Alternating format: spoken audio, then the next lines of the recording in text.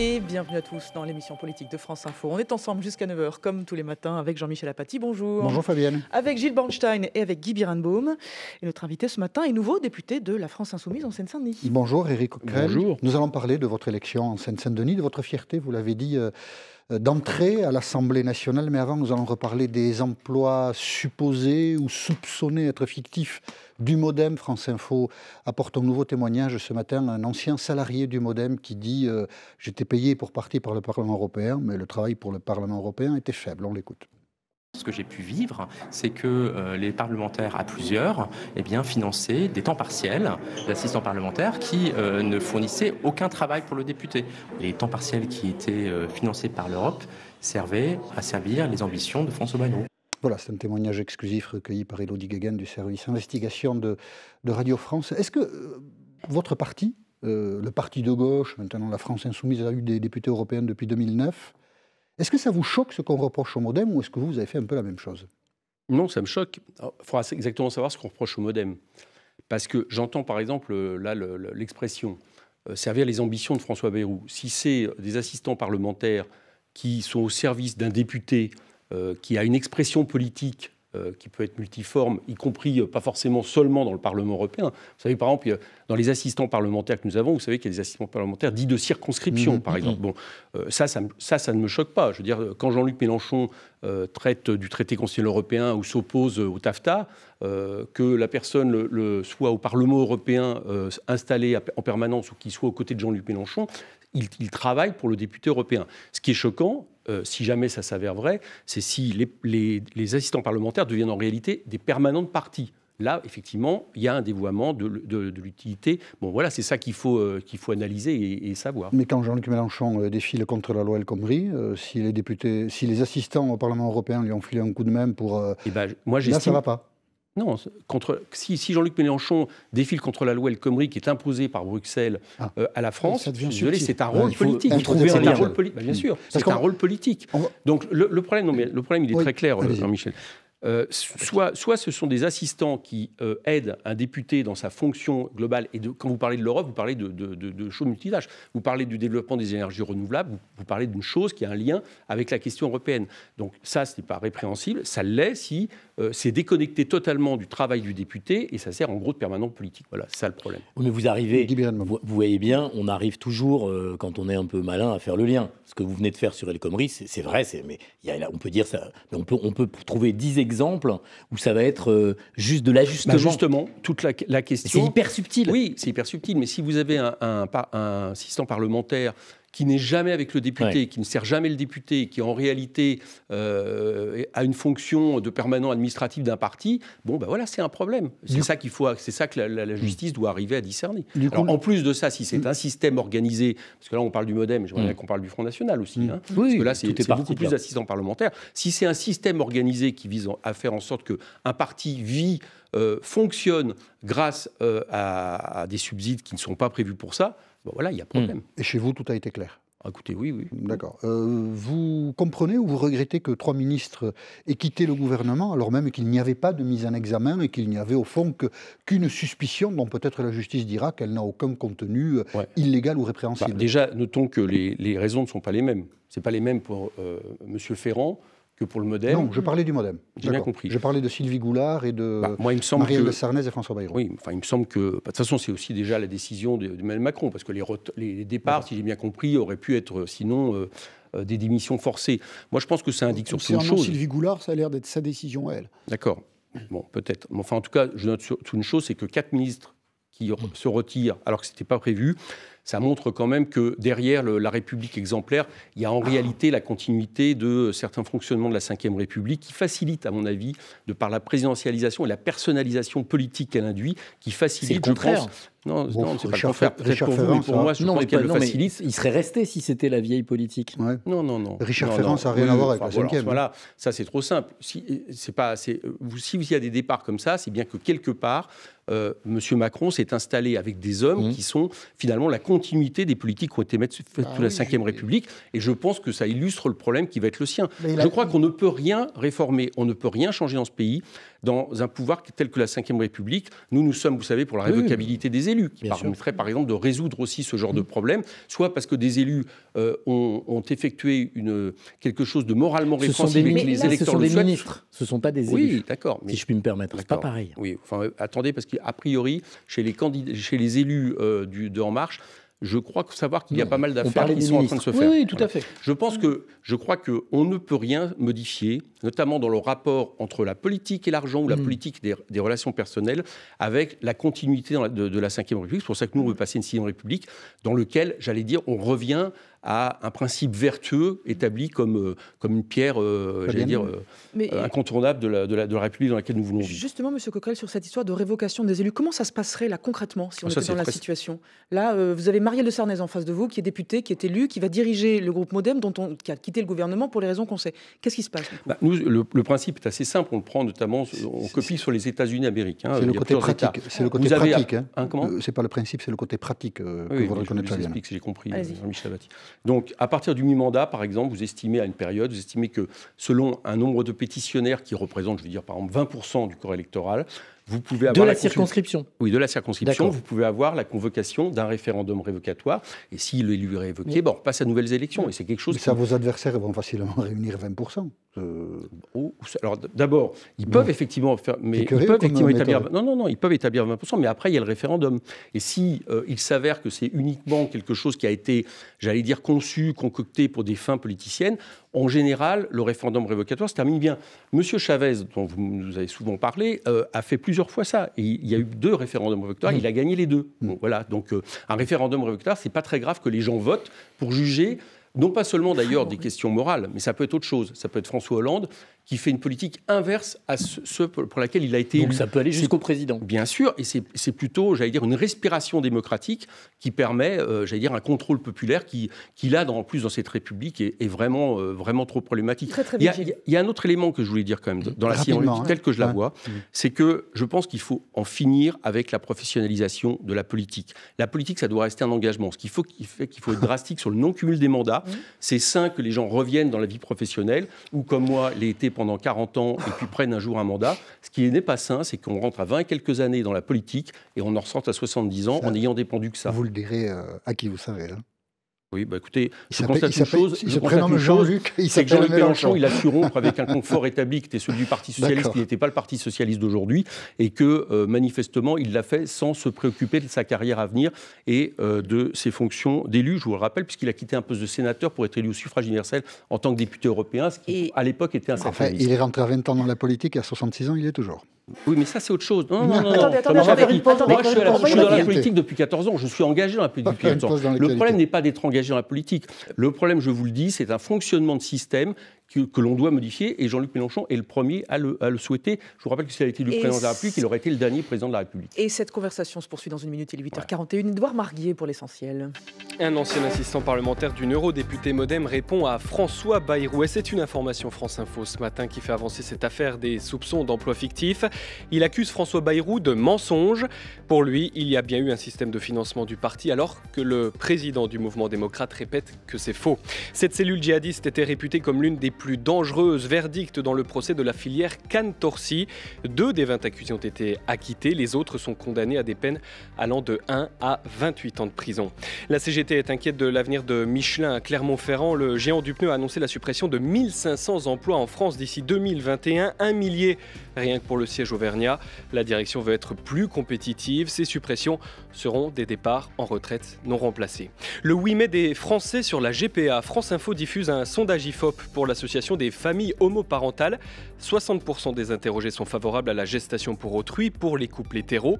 En revanche, 44% le sont pour les couples homosexuels. Le pire de la canicule est maintenant derrière nous. Plus que 13 départements du centre-est sont en vigilance orange. Météo France prévoit le retour des températures normales aujourd'hui. France Info. Éric Coquerel est avec nous sur France Info jusqu'à 9h et la question c'est vous, Gilles Bernstein. Vous avez été élu député de Seine-Saint-Denis dimanche dernier et vous avez fait mardi, je crois, votre entrée à l'Assemblée nationale. Ceux qui nous regardent à la télévision sur le canal 27 voient les images. Vous avez dit que vous étiez très ému d'être député. Qu'est-ce que vous vouliez dire ? Parce que pour moi, c'est le plus beau mandat qui existe. Voilà, député de la nation et du peuple français pour faire les lois, voter la confiance au gouvernement, avoir une action, c'est, je trouve, le plus beau des mandats. Donc voilà, j'étais ému. Et en plus, j'étais spécialement ému d'être député de la circonscription dans laquelle je me suis présenté, qui est très riche, qui est pour moi un peu le symbole de la Nouvelle-France. Première circonscription de Seine-Saint-Denis. Saint-Ouen, Île-Saint-Denis, Sud-Saint-Denis, Épinay, et qui est très diverse, à l'image du 93, et dans lequel moi j'ai un objectif, et que j'ai commencé à faire pendant cette campagne, puisqu'on a fait campagne jusqu'à 2-3 heures du matin dans les cités pour convaincre des gens de voter, ceux qui avaient voté Jean-Luc Mélenchon à la présidentielle, et qui ne revotaient pas la législative, c'est comme ça d'ailleurs que j'ai gagné, c'est de faire en sorte justement qu'il y ait une implication citoyenne et politique de ces acteurs des quartiers, parce qu'on ne modifiera rien dans la vie politique. Comment ? Ça a été un peu raté, il y a eu une abstention massive. Je suis élu en face de vous, donc c'est pas si raté que ça. Bien sûr. Sur la mobilité. Vous avez raison, il y a l'abstention. Vous avez raison. De m'agresser. Non, je vous agresse pas. Vous parliez de mobilisation. Je vous agresse pas. Je suis quelqu'un qui n'est pas du tout agressif. De l'abstention. Oui, je réagissais juste au fait que c'est raté. Si c'était raté, oui, mais comme si c'était raté, comme j'ai été chercher, vous saviez que j'avais 12 points de retard. Donc si j'ai été chercher mes électeurs à la fois dans ceux du premier tour, mais également dans les abstentionnistes, en partie. Et notamment, je le constate dans les bureaux de vote très populaires où il y a eu un afflux de vote entre le premier et le deuxième tour, j'y suis arrivé en partie. Maintenant, vous avez raison de dire, et c'est un des vrais problèmes, qu'une assemblée élue avec 57% d'abstention, et vous 67, absolument, c'est un vrai problème. Et j'allais dire que c'est tout le problème aussi de la présidentialisation accrue de ce régime et du fait qu'on a aujourd'hui une assemblée nationale, du coup, très mal élue, ce qui va poser des problèmes dans le quinquennat. Et donc, mardi, Jean-Luc Mélenchon était avec vous, il a tenu une conférence de presse et il a un peu gâché la fête avec des propos qui lui ont été beaucoup reprochés. On l'écoute. Il y a beaucoup des chercheurs, des intellectuels, je sais pas quoi, j'ai vu le matheux là, je vais lui expliquer ce que c'est qu'un contrat de travail, il va tomber par terre, parce qu'il le sait pas tout simplement, il sait pas ce qu'il y a dedans, il sait pas que la journée de 8 heures, c'est 100 ans de lutte, le gars il croit que ça a toujours été comme ça. C'est le mépris des autres qui est frappant dans cette intervention. Ah oui. Il sait pas. Comment on sait qu'il ne sait pas ? Alors, ce qui est marrant, c'est qu'il aurait fallu remonter au début de l'interview, parce que j'étais à côté de Jean-Luc à ce moment-là. C'était un montage Non, je ne dis pas que c'est un montage, je vous dis que c'est un extrait. Donc, comme vous m'interrogez pour éclairer les auditeurs, je vais essayer de le faire. Jean-Luc, à ce moment-là, est en train de discuter et dire qu'on va essayer de convaincre des députés d'En Marche, d'accord, y compris de la nocivité de la loi travail. Et qu'après tout, vu qu'il y a une grande diversité dans les élus d'En Marche, on ne va pas partir sur l'idée qu'on ne peut pas les convaincre.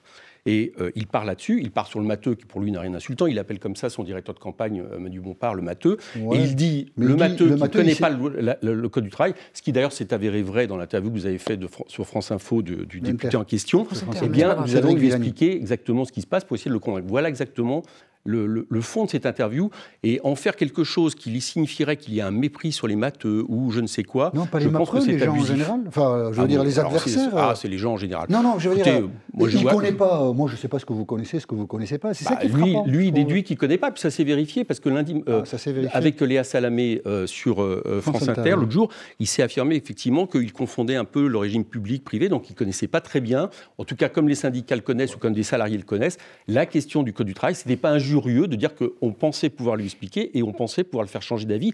Je trouve que, imaginez qu'à un moment donné, vous fassiez changer d'avis un adversaire politique est quelque chose qui est tout sauf injurieux. Ah, ça, c'est c'est autre chose. Oui. Mais tout ça, c'est toujours très paradoxal, en fait, parce qu'il faut des gens neufs en politique, il ne faut pas cumuler les mandats, il faut que chacun retourne dans la vie professionnelle et même vienne de la vie professionnelle.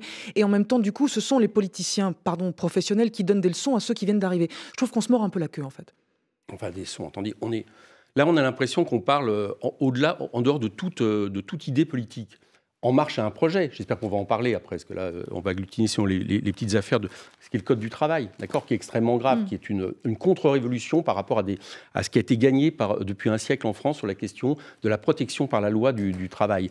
Bon, on ne peut pas faire comme si ça n'existait pas. Donc, à un moment donné, que des députés qui soient élus pour appliquer cette politique, on l'aborde de cette manière-là, pour dire qu'on va essayer de les convaincre que ce n'est pas une bonne loi, puisque beaucoup viennent de la société civile, notamment cette personnalité. Il y en a beaucoup d'autres qui ne viennent pas de la société civile, qui ont été recyclés du PS et de la droite, mais c'est autre chose.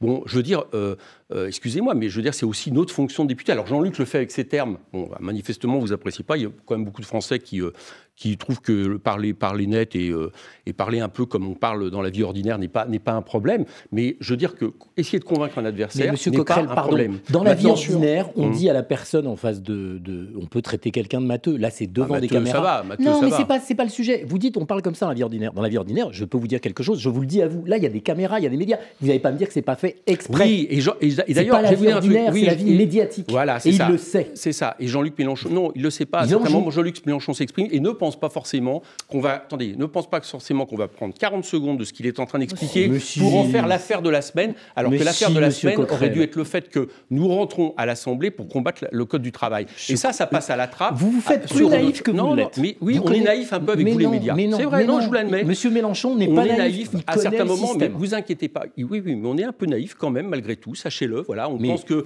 quand il y a des médias autour de nous qui enregistrent pendant un quart d'heure quelque chose, ils ne vont pas prendre un point uniquement du discours pour en lancer une polémique. Mais nous avons tort. Et d'ailleurs, Jean-Luc est en train de se dire que finalement, il ne faudrait même plus qu'il fasse de points presse comme ça, puisque à un moment donné, on va prendre une phrase et que ça va devenir l'événement. L'événement, c'était qu'il y a un groupe France Insoumise de 17 députés qui rentrent à l'Assemblée. Bien sûr. Qui rentrent à l'Assemblée pour combattre la loi travail. Oui. Ça, on n'en parle pas, on parle du matheux. Alors qu'on devrait justement parler de la loi travail, qui va combattre le fait de transformer l'état d'urgence en loi. Et vous faites une polémique depuis une semaine sur cette question matheux. Excusez-moi, je trouve ça disproportionné et déconnecté des réalités du pays. Et justement, on enchaîne, Jean-Michel. Loi travail, oui, alors vous montriez tout à l'heure le journal Le Monde qui publie des extraits de ce que va être peut-être le projet du gouvernement. Vous y avez appris des choses ou vous saviez déjà ce qui était dans les tuyaux de Alors déjà, il y a une chose que j'observe, c'est que vous vous rappelez que la ministre, au moment où ça a été révélé dans le Parisien et dans le journal Le Monde, a dit que c'était des documents de travail qui n'avaient aucun... Dans l'IB au départ. Oui, enfin bon... il s'avère qu'en fait, c'est très ressemblant à ce qui est sorti. Bon, c'est la première chose.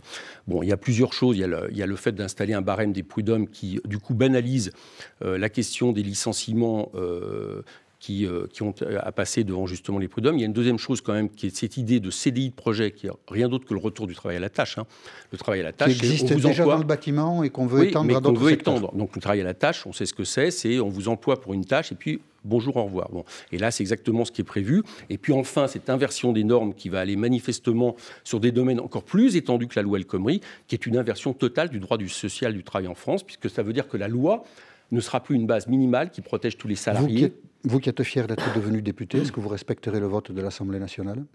Alors, vous savez, une démocratie, c'est un ensemble, toujours. C'est-à-dire que, par exemple, le droit de grève est dans la Constitution. Si le droit de grève est dans la Constitution, c'est qu'on estime que la question des mobilisations sociales, la question de l'expression à un moment donné populaire, fait partie de la démocratie. Et donc, nous soutiendrons les mobilisations qui auront lieu. Nous ne manquerons pas d'essayer même de participer à ceux qui les appellent. Parce que... ce que nous avons dit à M. Macron, c'est que quand vous êtes élu avec 15% des inscrits, il faut faire un petit peu attention à la profondeur des réformes que vous proposez. Et par exemple, effectivement, Jean-Luc Mélenchon l'a dit, il a raison. Je pense qu'il serait peut-être mieux inspiré de dire qu'au lieu de passer ça par des ordonnances en été, on fasse pourquoi pas un référendum sur cette question. Parce qu'on a bien compris qu'il y aurait des manifestations dans la rue, effectivement, dans ces cas-là. Vous l'avez dit, le droit de grève, évidemment, est autorisé. Mais qu'est-ce qui se passe si cette loi est votée à la majorité, puisqu'il y a un groupe majoritaire de la République ? Si elle est votée à la majorité et qu'elle finit par s'imposer, eh bien, quand nous gouvernons le pays, nous l'abolirons. Donc, quand le gouvernement, quoi ? Quand nous gouvernerons le pays, nous reviendrons sur cette loi. Ah d'accord, donc pas la manifestation alors. Mais si, non, il faut attendre que vous soyez vous n'avez pas très bien compris. Nous ferons tout pour faire en sorte que cette loi ne passe pas. Nous défendrons mètre par mètre la question du Code du travail. Il y aura des manifestations, nous les appuierons, nous serons dans les manifestations, nous travaillerons en même temps à l'Assemblée. Je vous rappelle qu'il est arrivé que des lois, par exemple le CPE ou la loi Devaquet, soient toutes prêtes de passer et que finalement, par rapport à des mobilisations qui montrent qu'elle n'est pas majoritaire, elle ne passe pas. Il n'y a que M. Valls qui a recours au 49.3 à répétition pour passer ça en force. Merci beaucoup. On se retrouve vraiment dans une minute. Il est 8h51. Édouard Marguet pour l'essentiel. Après l'attentat raté sur les Champs-Élysées, on a eu une bonne étoile au-dessus de nos têtes, raconte un des gendarmes qui a maîtrisé le terroriste. Témoignage sur France Info ce matin. Le militaire était à l'intérieur du fourgon sur lequel le terroriste a foncé avec sa voiture sans faire de blessés lundi dernier. L'enquête sur l'attribution du marché de l'eau potable à Marseille semble avancer. 2 personnes placées en garde à vue hier, soupçonnées de favoritisme. La présidente Les Républicains du département, Martine Vassal, est le président de la Société des Eaux. Un sursis espéré pour les salariés de GMS, l'équipementier automobile creusois menacé de liquidation judiciaire. Nouvelle audience au tribunal de commerce de Poitiers ce matin. La justice pourrait donner un nouveau délai après l'arrivée d'un potentiel repreneur. L'avenir des 277 emplois est dans la balance.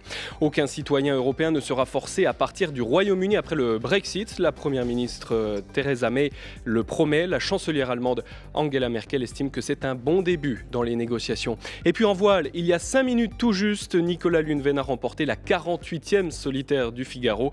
Cette 4e et dernière étape se terminait à Dieppe. France Info. L'émission politique de France Info se poursuit avec Éric Coquerel ce matin et la question de Gilles Bernstein. Oui, une autre polémique qui concerne l'une des députées de la France Insoumise, Danielle Obono, qui a été élue dimanche dans le 18e arrondissement de Paris. Invitée de l'émission Les Grandes Gueules mercredi, elle a été interrogée sur une pétition qu'elle avait signée en 2012 avec, semble-t-il, un dénommé Éric Coquerel. Eh bien, on va écouter cet extrait d'émission, on en parlera après. Vous aviez signé une pétition en faveur de la chanson « Nique la France » du groupe ZEP. Ouais. Est-ce que vous, en tant que député, vous êtes fier d'avoir signé à cette époque la chanson la liberté d'expression de ces artistes, oui. Avec votre parcours d'être devenu député, vous dites « Vive la France » C'est pas... Pourquoi non, Vive mais la France Vive la France parce que c'est la démocratie, vous êtes député de la République. Alors, est-ce que, comme elle, dire « Nique la France » ne vous pose pas de problème, mais dire « Vive la France » vous paraît compliqué? J'ai vu que Jean-Michel Apathy avait tweeté, d'ailleurs, sur cette question. Tweeté, oui. Ouais. Si vous voulez lire le tweet, d'ailleurs, c'est un tweet. Non, je l'ai vu. Non, parce que c'est pas un tweet très... Là, c'est moi qui vous pose la question. Je vais vous lire un texte. Répondez-moi. Être né sous le signe de l'Hexagone, on ne peut pas dire que ce soit abondant. Si le René veut perdre son trône, il y aurait 50 millions de prétendants. Je veux dire simplement que je resitue l'appel. 2012. L'appel date de 2012. Nous l'avons signé avec Noël Mamère, Eva Joly, Olivier Besancenot, Danielle Obono, Clémentine Autain et moi-même dans Les Inrecuptibles. Il s'agissait de dire que c'était face à la Griffe, qui est une association d'extrême droite qui voulait censurer cette chanson. Et nous disions à ce moment-là que dans la tradition pamphlétaire des chansons françaises, que ce soit Renaud que je viens de citer, Ferré et autres, c'était étonnant qu'on s'en prenne au groupe Z. Attendez, je vais vous répondre, je vous resitue. Au nom de la liberté d'expression, nous défendions donc le fait de le dire. Moi, ce qui m'étonne, c'est que depuis 2012, ni moi, ni Olivier Besancenot, ni Noël Mamère, on nous ait jamais parlé de cette affaire. Et Danielle Obono, on lui en parle. Et je vais vous dire pourquoi je pense qu'on lui parle. Parce qu'elle est noire. Voilà la réalité. Je pense qu'il y a un racisme patent dans ce qui a été fait. Je suis totalement solidaire de Danielle Obono sur ce qui est là. Moi, je ne fais pas des... comment dire, il y a quelque chose d'absolument insupportable au fait d'estimer qu'une personne, parce qu'elle est noire, on lui demande de crier la France. Moi, on ne me l'a jamais demandé. On n'a pas de leçon, j'allais dire, à donner sur notre patriotisme républicain. Nous l'avons toujours, c'est dans notre programme, donc c'est dans le programme de Danielle Obono. J'aimerais comprendre pourquoi c'est Danielle Obono qui, justement, se retrouve dans cette accusation. Manifestement, elle a du mal à dire « Vive la France ». Mais non, c'est pas qu'elle a du mal, c'est qu'elle estime... Non, vous vous trompez. C'est pas qu'elle a du mal à dire « Vive la France ». Danielle, on chante la Marseillaise ensemble à la fin du discours, c'est pas du tout le problème. C'est le fait de se demander pourquoi on lui demande à ce moment-là de crier « Vive la France ». Pourquoi on ne me le demande pas moi? Pourquoi on déterre une affaire de 2030?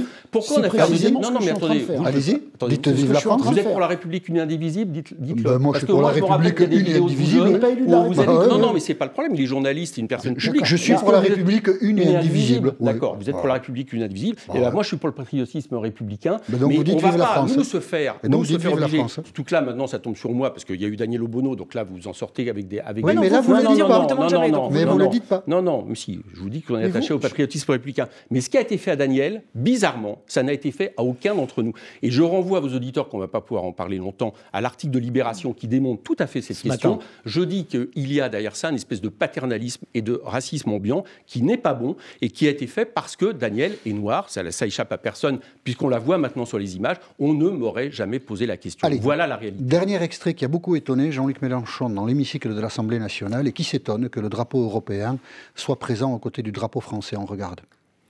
Et franchement, on est obligé de supporter ça. Non, mais attends, c'est la République française ici, c'est pas la Vierge Marie, là. Je comprends pas. Ce truc n'est pas constitutionnel. Voilà, il y a peu, Marine Le Pen avait... On ne va pas vous demander de crier Vive l'Europe. Non, c'est la totale. Je pensais qu'on allait parler de l'état d'urgence dans les minutes qui restent. Allons-y, parlons de ça. Marine Le Pen avait demandé dans une émission à TF1 à ce qu'on retire le drapeau européen, sinon elle n'y participerait pas. La comparaison avec Marine Le Pen, je la voyais venir. Allez-y. TF1 y avait consenti. Là, vous demanderez le retrait du drapeau européen? Écoutez, là, c'est une réflexion de Jean-Luc Mélenchon par rapport au fait une réaction sur le drapeau européen dans une assemblée française. Est-ce que vous demanderez le retrait du drapeau européen? Enfin, à ma connaissance, on ne va pas le demander. Vous allez siéger avec le drapeau européen dans l'hémicycle? Si c'est les règles de cet hémicycle à ce moment-là, on ne va pas en faire une affaire. Mais par contre, on a le droit d'observer qu'on se demande pourquoi le drapeau européen est là, et pourquoi surtout dans une aparté comme ça. Voilà. J'ai pas compris, la Vierge. Pourquoi il parle de la Vierge Marie? On dirait la Vierge Marie. Qu'est-ce que ça veut dire? J'ai pas compris. J'en sais rien. Non, parce que la bonne mère à Marseille... Oui, enfin, je vais pas... Excusez-moi, je vais pas... Enfin, je regrette, il me reste 3 minutes. J'aurais voulu parler de l'état d'urgence transformé en loi, ça aurait été intéressant. Donc, je vais commenter toute phrase qui, à un moment donné, sont des phrases qui sont lancées. Il nous arrive de faire les questions. Est-ce que Jean-Luc Mélenchon... Vous remarquez que j'y réponds mais tout à fait. Oui, vous y répondez tout à fait. Avec bonne volonté, mais est-ce que Jean-Luc Mélenchon ne vous dessert pas quelquefois? Ah, ça y est. Ah non, vous n'avez pas recommencé. Non, franchement, je me suis retrouvé ici à Question Politique avec une journaliste qui me demande si ça ne me pose pas de problème de militer avec Jean-Luc Mélenchon. Non, ça ne nous dessert pas, parce que je pense que Jean-Luc est le meilleur tribun qui représente notre programme L'Avenir en commun. Et d'ailleurs, il y a 19% de Français qui l'ont considéré ainsi et qui l'ont élu largement à Marseille, n'en déplaise à certains journalistes. 19% de votants. Vous avez raison, 19% de votants. J'espère que vous rappellerez toujours ça à tout le monde. Emmanuel Macron pour lui imposer ses lois systématiquement à tout le monde. Très bien. Merci Éric Coquerel d'avoir accepté l'invitation de France Info. Merci à tous et on se retrouve lundi.